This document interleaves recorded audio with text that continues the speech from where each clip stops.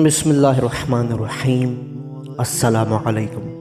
سرپرستی قائم علیہ السلام کے چینل پر آپ کو خوش آمدید۔ نجف اشرف اور کوفہ میں 10 کلومیٹر سے کم فاصلہ ہے، اور جو رہائشی منصوبے اس دور میں بنائے گئے ہیں ان کی وجہ سے نجف اشرف کوفہ کے ساتھ متصل ہے۔ امام مہدی علیہ السلام کے ظہور کے بعد کوفہ کی اہمیت میں اضافہ ہو جائے گا، کیونکہ یہ امام علیہ السلام کی حکومت کا دارالخلافہ ہوگا۔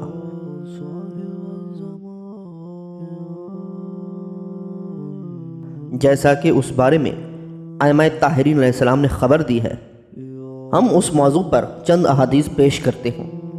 حضرت امیر المؤمنین علی علیہ السلام نے فرمایا، پھر مہدی کوفہ میں آئیں گے اور یہ ان کی جائے سکونت ہوگا۔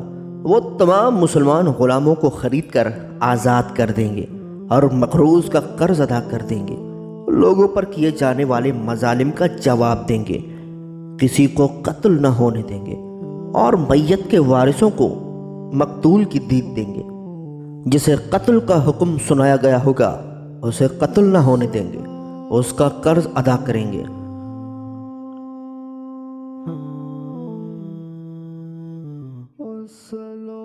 اور اس کے اہل و عیال پر نوازش فرمائیں گے، حتیٰ کہ زمین کو عدل و انصاف سے یوں بھر دیں گے جیسے وہ ظلم و جور سے بھر چکی ہوگی۔ امام مہدی علیہ السلام اپنے گھر والوں کے ہمراہ رہبہ میں رہیں گے۔ یہ حضرت نوح علیہ السلام کی جائے رہائش تھی۔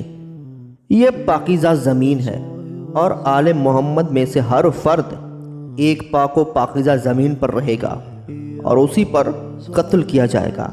وہ افراد پاکیزہ وسیع ہیں۔ مفضل نے پوچھا، اے مولا، کیا سارے مومنین کوفہ میں ہوں گے؟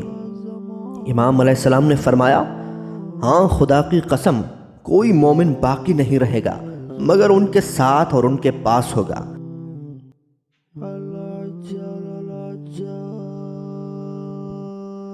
اس وقت گھوڑے کی زین 2000 درہم تک پہنچ جائے گی، اور اکثر لوگ یہ خواہش کریں گے کہ جب وہ قیام کریں گے اور کوفہ میں داخل ہوں گے تو کوئی مومن پیچھے نہ رہے گا مگر یہ کہ ان کے ساتھ ملحق ہو جائے۔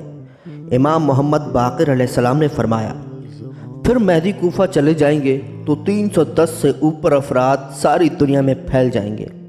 امام علیہ السلام ان کے کندھوں اور سینوں پر ہاتھ لگائیں گے تو وہ احکام و مسائل کے عالم ہو جائیں گے۔ امام جعفر صادق علیہ السلام سے روایت منقول ہے کہ آپ علیہ السلام نے فرمایا، جب قائم آل محمد قیام کریں گے تو کوفہ کے گھر کربلا کی نہر سے مل جائیں گے۔ مفضل نے امام جعفر صادق علیہ السلام سے پوچھا، اے مولا، امام مہدی علیہ السلام کا گھر کہاں ہوگا اور مومنین کہاں اکٹھے ہوں گے؟ امام علیہ السلام نے فرمایا، ان کا دارالحکومت کوفہ ہوگا، ان کے قانون کا محکمہ کوفہ کی جامع مسجد ہوگی، ان کا محکمہ بیت المال اور مسلمانوں کے لیے مال غنیمت تقسیم کرنے کی جگہ مسجد السہلہ ہوگی۔ وہ ایک بالشت کے سونا دے کر 7 زمینوں سے ایک بالشت جگہ خریدیں گے تاکہ کوفہ 54 میل ہو جائے، اور کوفہ کے گھر کربلا کے قریب ہو جائیں گے۔